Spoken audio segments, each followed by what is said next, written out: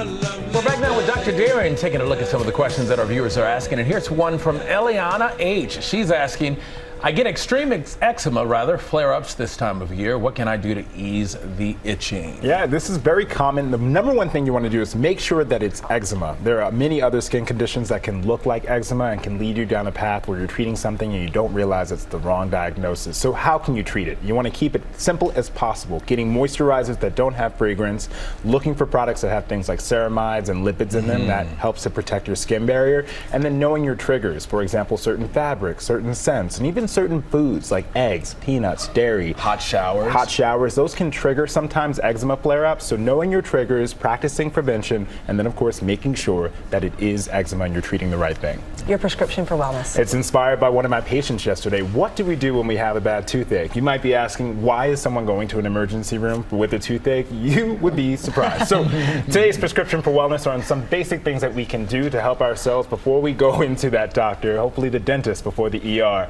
The number one thing is rinsing your mouth out. You can do this either with warm water. I think salt water helps. Some studies show that small amounts of hydrogen peroxide work, but I do not like the taste of that.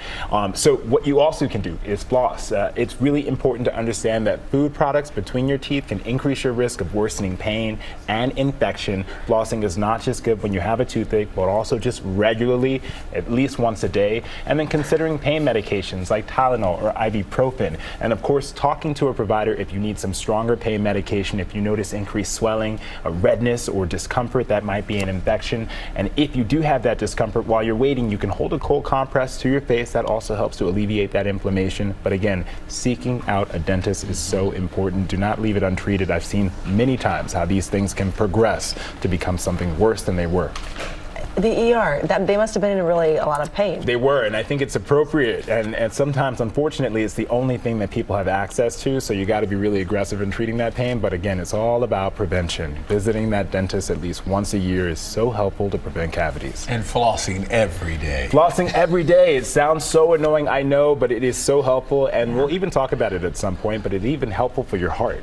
We've seen studies that gingival or mouth health, it influences our heart health. So that is another reason to remember to floss. The dentists know. They know. That's why I do it, because I don't want to be ashamed. And they always know. Yeah, always know. Not just on the day of your appointment. All right, folks, we would love to hear from you. So please hit us up on Instagram with all of your medical questions for Dr. Darien at ABCGMA3.